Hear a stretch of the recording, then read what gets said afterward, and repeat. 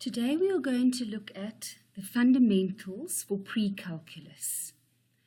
There are very important concepts that you need to know in pre-calculus in order to master the content of further studies in calculus.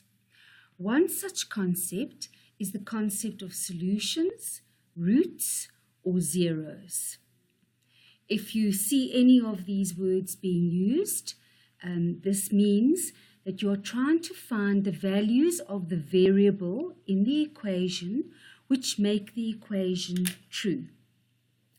So in other words, solutions of an equation are the values of the variable that make the equation true. Now in mathematics, what does it mean to say that an equation is true? So what it means is that the left-hand side of the equation must be equal to the right-hand side of the equation once you substitute the value of the variable into the equation. All right, so let us have a look at this equation 4x plus 7 equals 19. And we want to solve this equation. So what we're going to do is we're going to isolate the variable on the left-hand side. So it's going to be 4x equals. And then we want to isolate the constants, 19 minus 7. So what we have here is the term containing the variable 4x, and on the right-hand side we have a constant. The question said that we needed to solve for x. So we apply the division as the inverse operation of multiplication, and so we solve for x and we get x equals 3. So what you have just found here is the solution to the equation. Sometimes in your assignments they ask you for the solution set, in which case you would just write solution set, open curly brackets, and put a 3. Because that means that there is only one value for this variable which makes this equation true. Let us check. 4 times 3, 12. 12 plus 7 is indeed 19. So x equals 3 is the only solution that makes this equation true. All right, so let us move on to various types of equations just to see what we could do when we solve these equations. The first such equation that I've chosen is linear equations. So linear equations are of the form ax plus b equals 0. Because we are finding the solution to this equation, or the 0 to this equation, we need to set the equation equal to 0. The value of the variable x will be the solution to this equation. This is referred to as a linear equation because the degree of this equation is 1. The power of x is 1. All right, so let's have a look at how I solve the equation 7x minus 4 is equal to 3x plus 8. Again, I need to isolate the variables on one side of the equation. I have chosen to do this on the left-hand side. So I've put all my terms containing x on the left-hand side of the equation, and all my constants I've put on the right-hand side of the equation. All right, so 7x subtract 3x is 4x, and 8 plus 4 gives me 12. Once again, solving for x, I get x equals 3. All right, so my solution set is the set containing the element 3. Let us test if that makes the equation true. So if we take x equal to 3 here, we get 7 times 3, 21, subtract 4.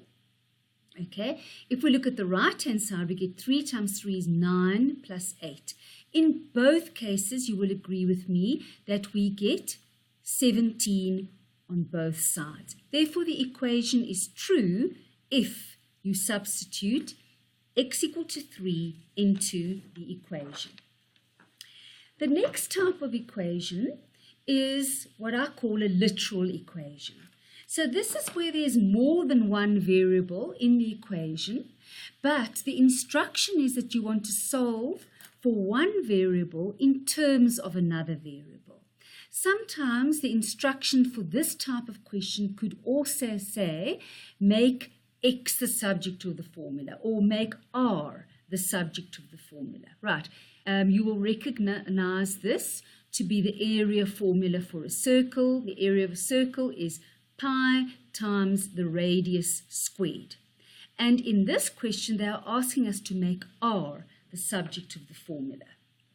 All right, so as I said before, whichever variable you're solving for, you need to isolate that variable. Okay, so let us isolate R by starting off by dividing both sides by pi. So R squared is the area A divided by pi. Okay, but now we don't want to solve for R squared, we want to solve for R.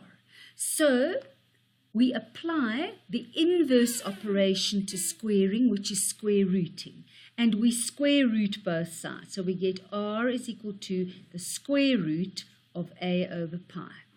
Now remember, when you square root an equation, that means you are square rooting both sides.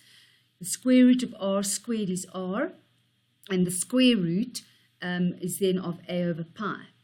Right, now you may be wondering, why am I only taking the positive square root? Because we should say plus minus.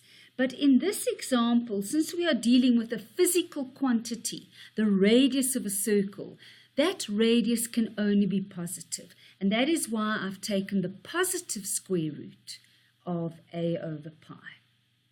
Okay, here's another literal equation. It has two variables, y and x, and then k is just a constant, and this represents the equation of a hyperbola. So we need to, of course, specify that x may not be 0. Division by 0 is meaningless, and x equal to 0 is what is referred to in the hyperbola as the vertical asymptote. And they want us to solve for x. So in other words, we must get an equation where it reads x equals. Okay, well, that's very easy because we just simply need to swap the position. And so what we can do, if I show step by step what we should do, if we've got y equals k over x, then what we can do is we can multiply the side by x over 1, which is the reciprocal of x. But because this is an equation, whatever I do to the right-hand side, I've also got to do to the left-hand side. And so I get xy is equal to k. All right, and now it's very easy to make x the subject of the formula. So x will be the constant k divided by y. And of course, we need to state the restriction then that y may not be 0. So the position of y and x have been interchanged in the equation of the hyperbola, and we say that we have made x the subject of the formula. Here's another literal equation, solve for x. So now we have to do the opposite of what I spoke about, because now there is a square root, or what is referred to as a radical sign. So we need to get rid of this square root, and so what we do is we square both sides. Okay, we're using the concept that the square root is the inverse operation to squaring, or that squaring an expression is the inverse operation to square rooting. And if you would like to remove a radical sign, you always square it.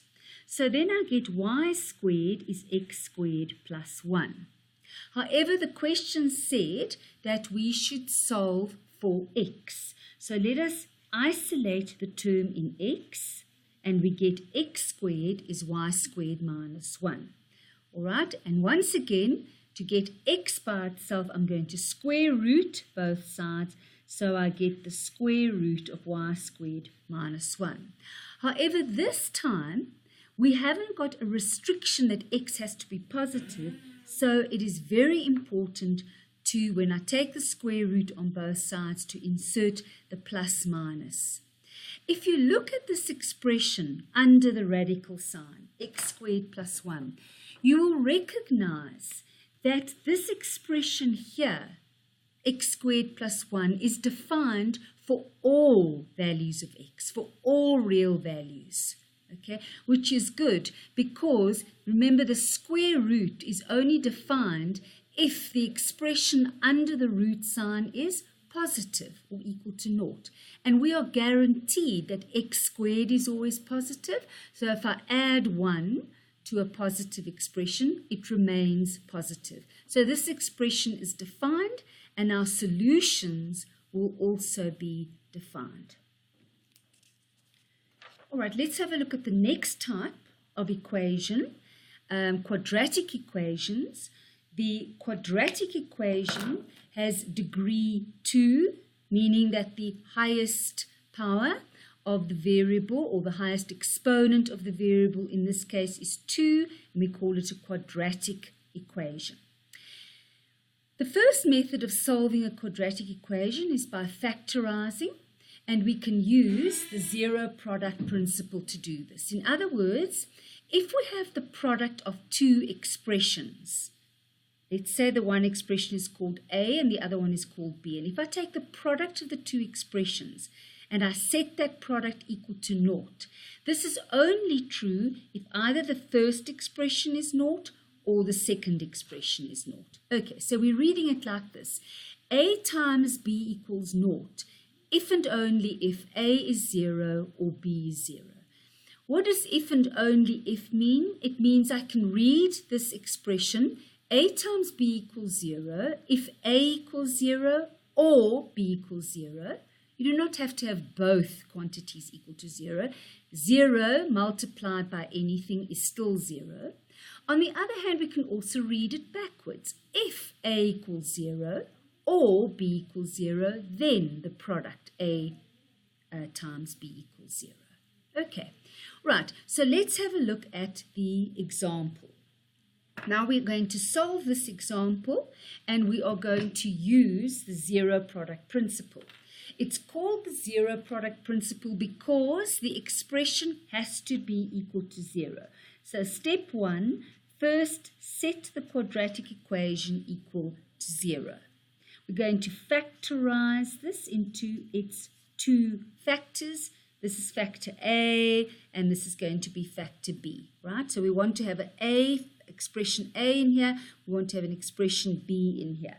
All right, so it's an X with the X.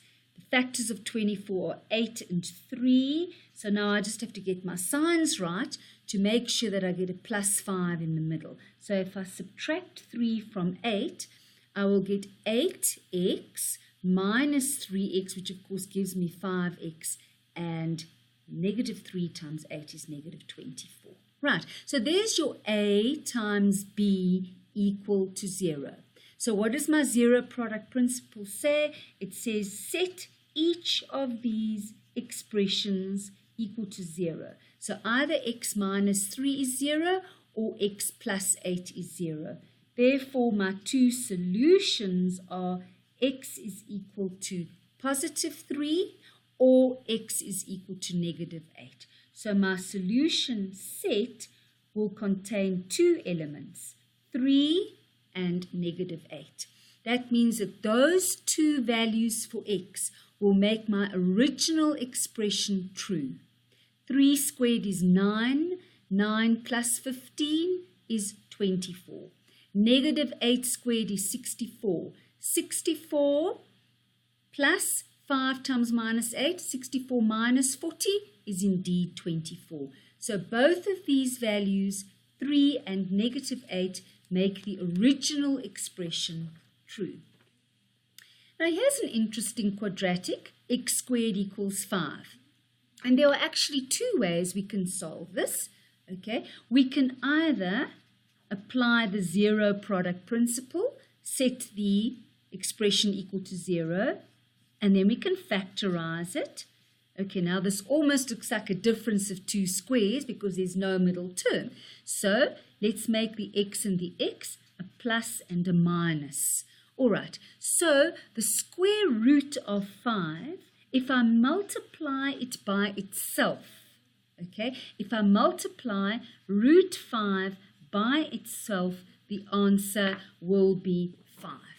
I know that because the square root of 5 times the square root of anything squared gives me the original expression.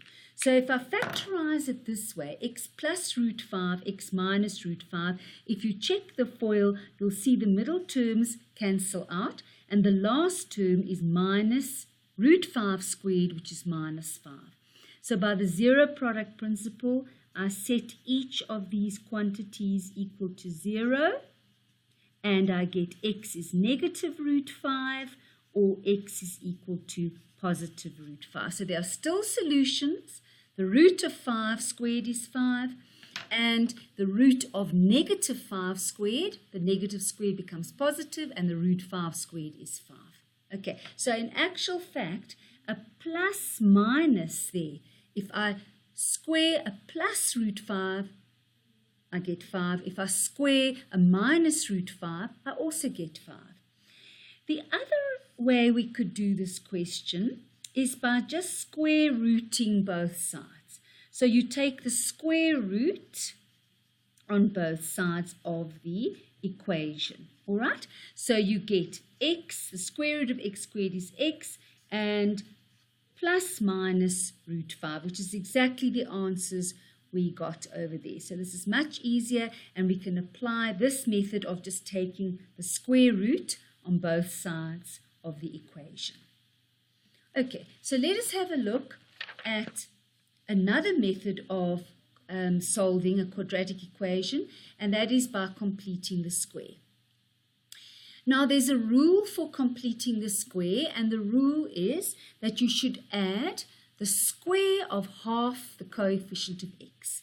Now, just to remind you, the coefficient of x is this numerical number, the value in front of x, the coefficient of x. Okay, and we want to know, what can I add here in this question mark place? What can I add so that the resulting expression is a perfect square? Okay, well, let's see. Let's apply the rule. The rule says I'm going to add half the coefficient of x. So it's going to be b over 2, and I'm going to add the square of that. Okay, so there's the square of half the coefficient of x. The coefficient of x was b. If I halve it, I get b over 2, and now I'm squaring it. Right, so this gives me a lovely perfect square expression, x plus b over 2 all squared, and we say we have completed the square. Okay, so if the instruction says that you need to solve a quadratic equation by completing the square, then you need to get the x squared plus bx. You need to isolate x squared plus bx. So in my example, I'm going to isolate the x squared minus the 8x. Okay, I'm going to isolate that, which means that the 13 goes to the right-hand side. Now I must complete the square here. All right, so my rule says I take the coefficient of x, which is minus 8, I halve it, and I square it. But remember, whatever you're doing on the left-hand side, you also have to do to the right-hand side. So I have to add negative 4, half of negative 8, negative 4 squared. Right, so I get x squared minus 8x plus 16 is equal to negative 13 plus 16. And your equation is balanced. Whatever you added to the left-hand side by completing the square, you have now added to the right-hand side. Okay, well, that's lovely, because that means that on my left-hand side, I now have a perfect square, x minus 4 squared. Right, so the expression on the left-hand side is a perfect square. There it is, x minus 4 all squared. 16 minus 13 is 3. And as I showed you before with the square root principle, you square root both sides. Don't forget the plus minus. And so what you have now is you have x minus 4 is plus minus root 3, which literally means that you simply just have to take the 4 over, and there are your two solutions to your equation. X equals 4 plus root 3, x equals 4 minus root 3. As you have read in your study guide, and as I've said in the announcements, this course does not allow a calculator for assignments or for the final exam, and so this is exactly how you would leave your solutions. This is sometimes referred to as simplest surd form. So the solution to the original equation can be found by completing the square, and the answers are left in surd form. All right, so that's completing the square method to solve equations. We can also use the quadratic formula. The quadratic formula is given by x, that is your solution, is equal to minus b plus minus the square root of b squared minus 4ac, all divided by 2a. Okay, so here's an example. Solve for x, leaving answers in simplest surd form. Okay, so this will obviously be the instruction because you're not allowed to use your calculator. If you were allowed to use a calculator, it would say leaving your answers to 2 decimal places. And I've chosen the quadratic, 3x squared minus 5x minus 1. So I look for the coefficient of x squared, which is 3 because that's my a value. The coefficient of x is minus 5, that's my b value. The coefficient, the c value, is negative 1. That's the constant, which means that there is no x term involved there. Right, so I've identified my a, my b, and my c in the quadratic formula. So all I'm left to do is to substitute into the quadratic formula. B is negative 5, square it, becomes 25, substitute a is 3 and c is negative 1. Once I've done the substitution, I simply simplify what's under the square root sign, and it's 25 plus 12, which is 37. And so there are the solutions, and once again I leave it like this because the instructions said simplest surd form. You cannot simplify root 37 any further because 37 is a prime number, so it only has 2 factors, itself and 1. So this is considered to be simplest surd form. Under the square root, there's a very important quantity, b squared minus 4ac, which has a name called the discriminant. In your study guide, they use a D for discriminant, but more commonly the discriminant, which is that quantity b squared minus 4ac, is labeled with the Greek letter delta. Now there are 3 cases for your discriminant. Either your delta, remember that's now the expression under the square root, could be positive, it could be 0, or it could be negative. In each case, it tells you something different about the roots of your quadratic equation, or the solutions of your quadratic equation. So if the expression b squared minus 4ac is positive, then you will always get 2 distinct real solutions. Distinct meaning that they will be of different value and they'll be real. So they can be rational or they can be irrational roots. The second case is if the expression delta is equal to 0. Now, if you look back to your original quadratic formula, if I set this discriminant equal to 0, and we know that the square root of 0 is 0, well then pretty much we will be left with minus b in the numerator and 2a in the denominator, which means that the only solution if delta is equal to 0 is x equals minus b over 2a. And that's why I said that if delta is equal to 0, then there is only one real solution.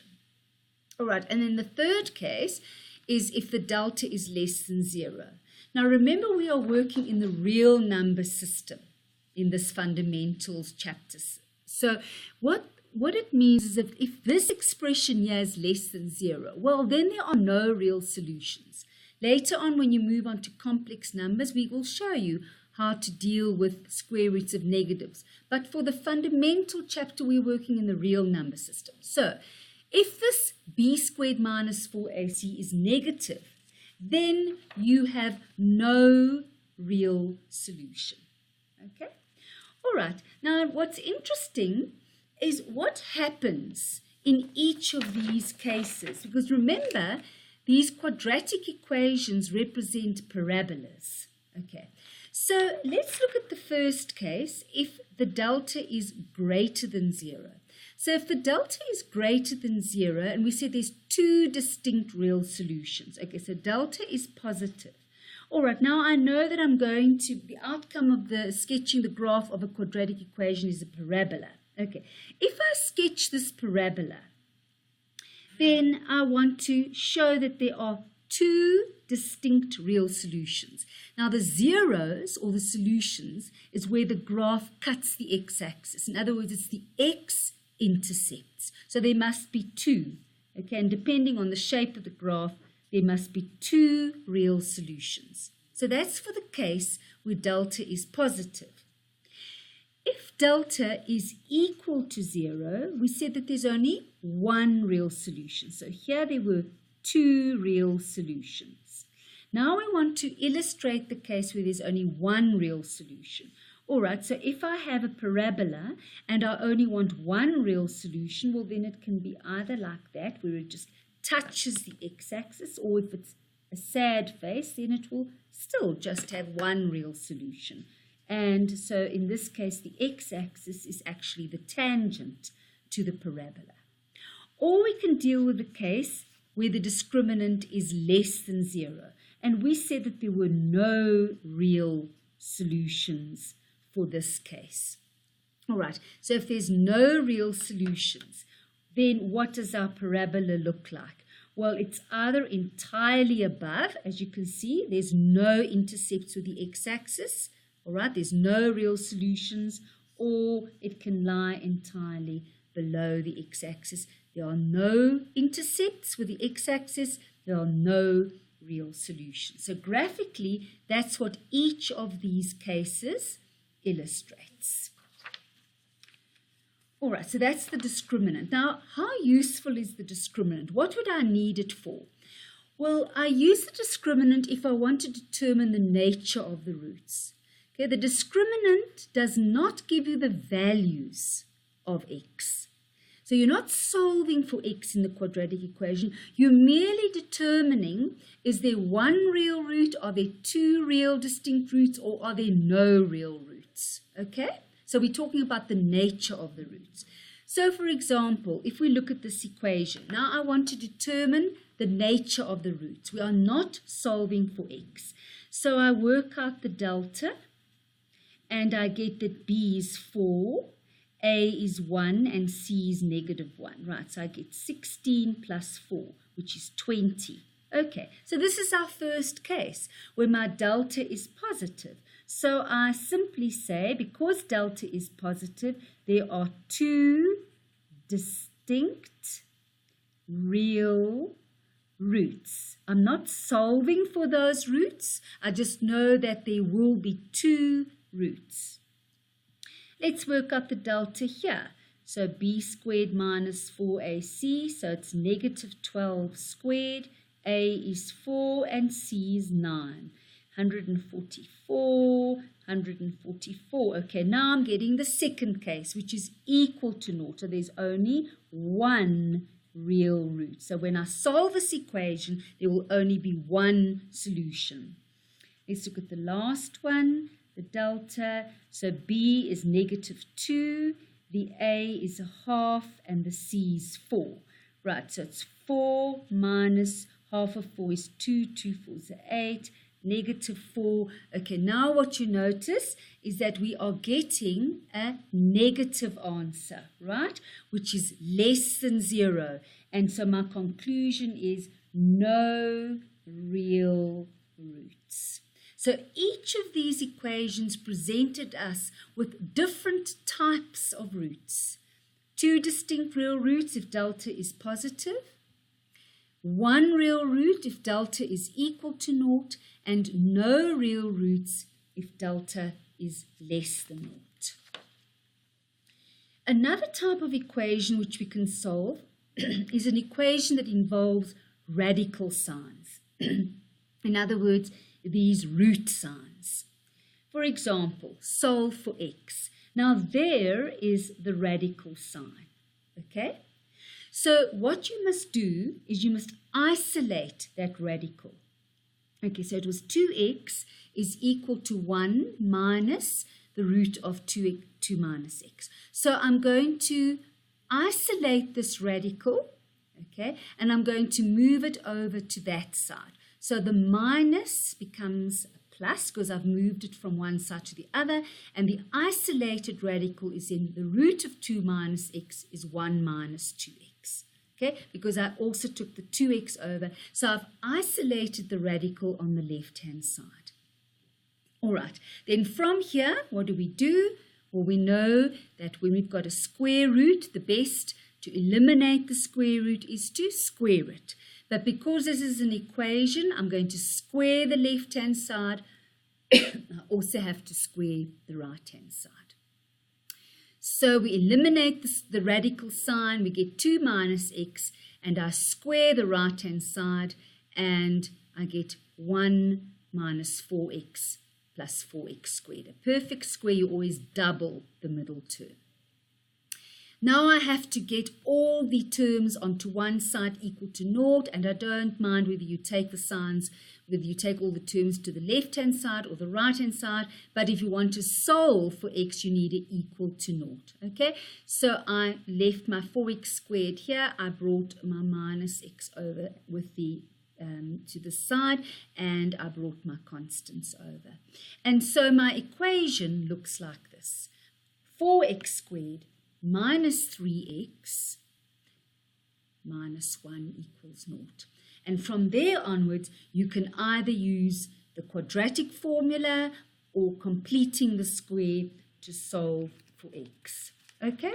Right. Or factorizing. So in fact, this equation factorized, that's good because that can be done easily.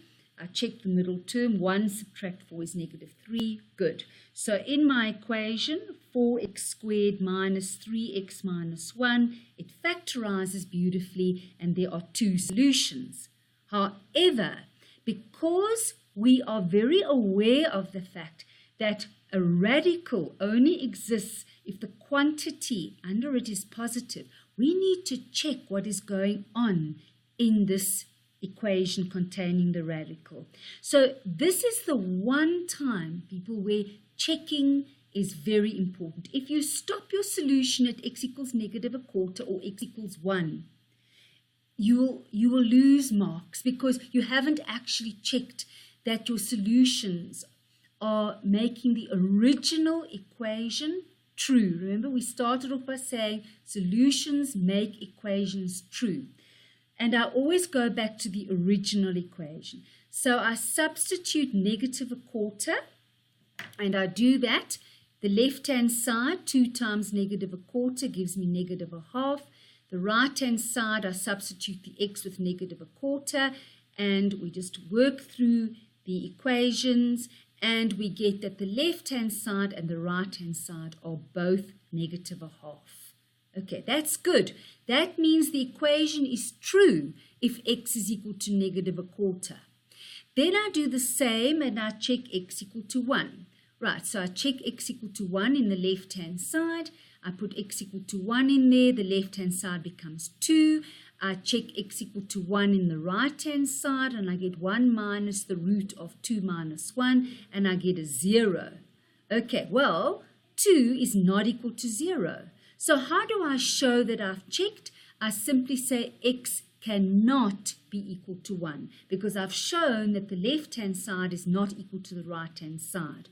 Okay, so when I write out my solution set, I must not include 1 in my solution set because it does not make the equation true. We also get some quadratic equations, which when we look at them, they certainly do not look like quadratic equations. I call them disguised quadratic equations. For example, x to the 4 minus kx squared plus 8. So this is actually called a quartic equation because the highest power is 4. Okay. Now, we usually use what is referred to as the k method, because what we want to do is we want to choose a k value so that we convert this equation into a quadratic equation. Okay, so what we're going to do is we're going to choose k to be x squared. All right, now you might be wondering, why did you choose k to be x squared? Well, because if I square my k, now, I'm just doing it on the side here, just to remind you, my rules for exponents says that when an exponent is raised to another exponent, you multiply the two, right? So it becomes 2 times 2, and then I get x to the 4. All right, which is what I want. I want x to the 4. So in other words, this original quartic equation becomes k squared minus 8k plus 8 equals 0. So x to the 4, if I let k be x squared, it's actually k squared. There's my k plus 8. Now you can see I have a quadratic equation. Okay, and then I just solve my quadratic equation as I did before. You can either use the quadratic formula or you can use completing the square. So k, if I use quadratic formula, instead of writing x equals, I say k equals minus b plus minus the root of b squared minus 4ac all over 2a. And I get my b's 8 minus 8 plus minus 8 8s is 64, a is 1, c is 8, and that's all over 2 times 1. All right, so I get 8 plus minus the root of, and then I've got 64 minus 32. Okay, so it's 64 minus 32 all over 2. Okay, now this, by the way, is not simplest surd form. All right, because this root 32 is not a prime number. So we will actually have to simplify that a little bit further. Okay, so let's see how we do that. So, because remember, you don't have calculators. So we landed up with this, okay, and it's not simplest surd form. So what am I going to do? I'm going to take that 32 and I'm going to split it up into its factors where one of them is a perfect square. Okay, so it's root 16 root 2 all over 2. So that's 8 plus minus the root of 16 is 4. Okay, and do you see what I'm doing? I've split 32 into 2 factors, 16 times 2. 16 is chosen because it's a perfect square and the root of 16 is 4. And then I can factorize out of 2 here, and I'm left with 4 plus minus 2 root 2 over 2. And then the 2's cancel, and I'm left with that. All right, now that is simplest surd form because the radical is now root 2, and 2 cannot be broken down into further factors. It is a prime number. Right, now be careful, we're not finished because this was what k is. Okay, so you go back, you say, what was k? K was x squared.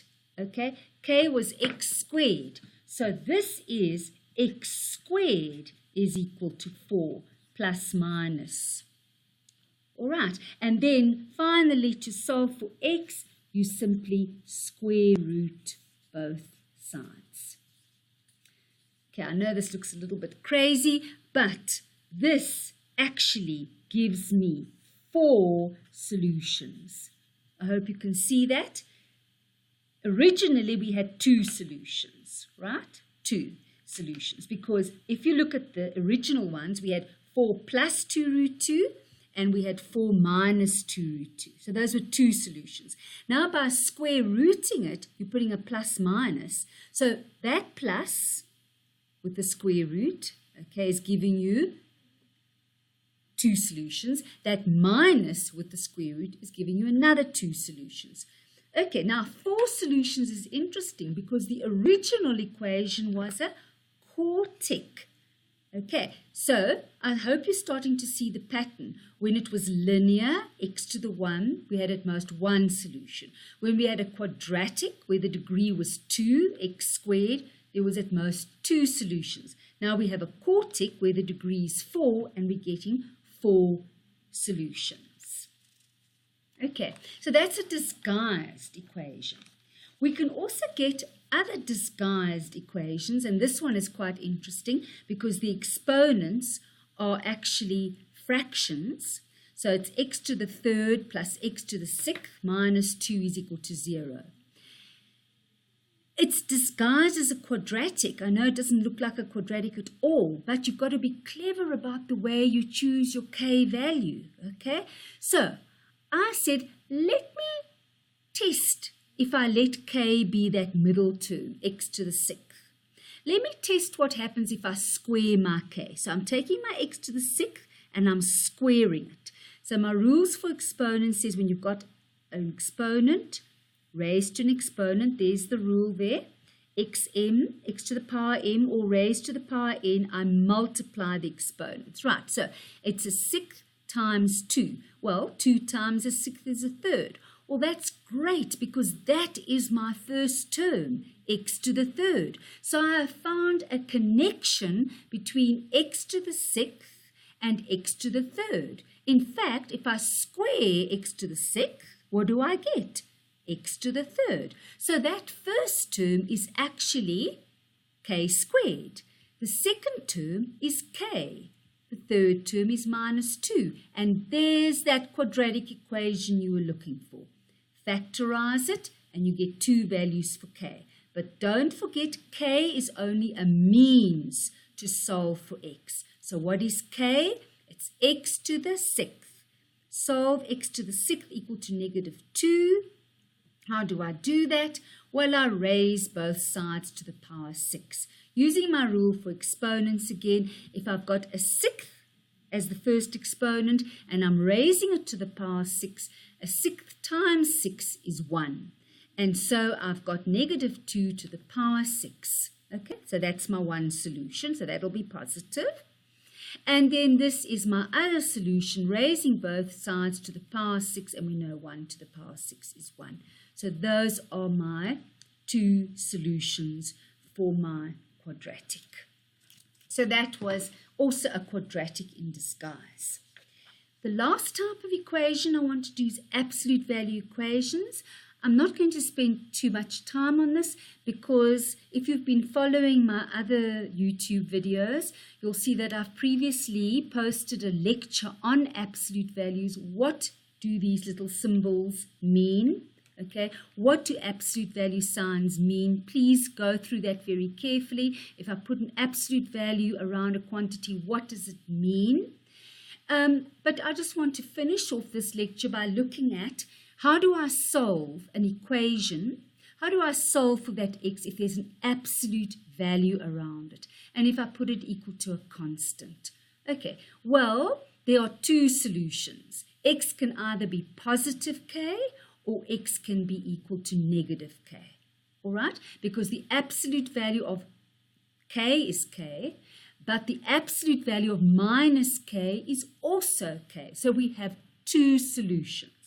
So using that property, let's solve this absolute value equation. So according to this property, the absolute value of 2x minus 5 equals 3 can be simplified to the 2x minus 5 being plus minus 3. That means that 2x minus 5 is 3 or 2x minus 5 is minus 3. And so I create 2 equations. 2x is 8 or 2x is 2, and there are my 2 solutions. X equals 4 or x equals 1. And it's not a bad idea for you to test those. X equals 4, if I substitute it into the original equation, 2 times 4 is 8, 8 minus 5 is 3, and the absolute value of 3 is 3, so that's correct. Test x equal to 1.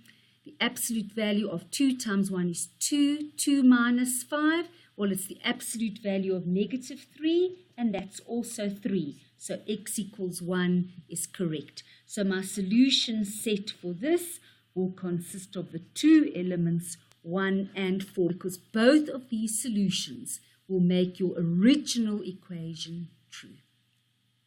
And so in this lecture, I've mainly focused on solving equations, what solutions are, what zeros are, what roots are. If there's any other terminology in pre-calculus that you are not sure of, remember in your study guides, there's a vocabulary, a glossary, that also defines many other terms that we use throughout the year in your assignments and in your final exam. And so this brings it to the end of my lecture. Thank you.